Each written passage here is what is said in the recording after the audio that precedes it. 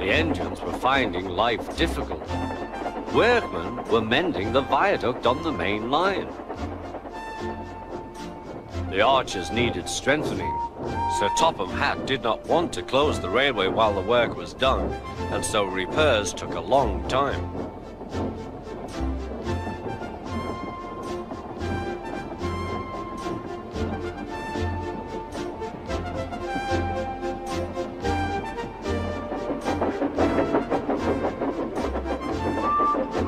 The engines had to take great care when crossing the viaduct, and the delay often made them late on their journey to the junction, where they knew Thomas would be ready to collect his passengers.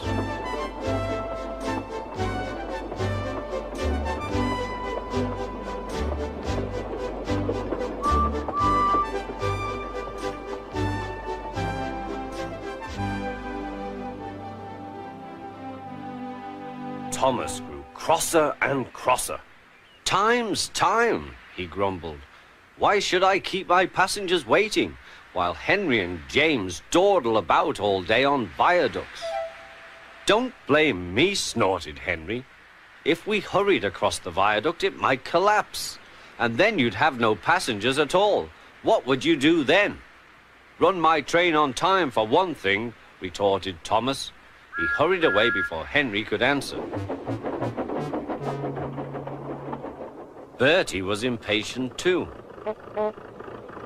He was timed to arrive just after Thomas.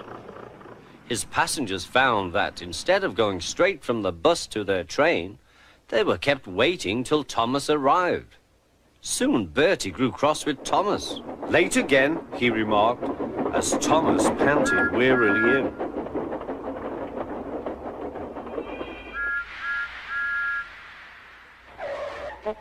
"We may be friends, but I thought you could go fast, Thomas. It's time we had another race. I reckon I could beat you now." Thomas let off steam loudly. "Rubbish," he hissed fiercely. "It's those main-line engines. They dither about on the viaduct and then blame Sir Topham Hatt's workmen. It's just an excuse for laziness, if you ask me."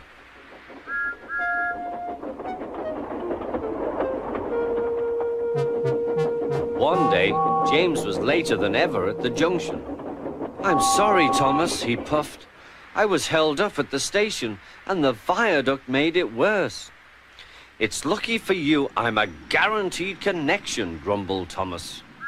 Before James could answer, he puffed importantly away. Come along," he panted to the coaches. Annie and Clarabelle did their best, but Thomas soon found that he couldn't save much time.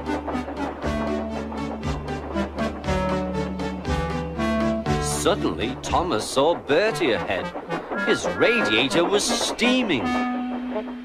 "What's the matter?" asked Thomas. "You should be at the station by now. You're late." "I feel dreadful," moaned Bertie.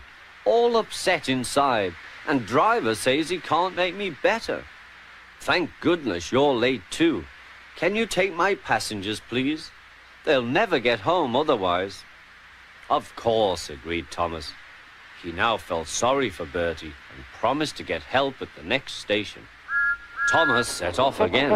Already he felt much more cheerful, and Bertie's passengers, travelling in Annie and Clarabelle, all reached home safely. When Bertie was better, he came to thank Thomas. "I am sorry I teased you about being late," he said. "That's all right," said Thomas.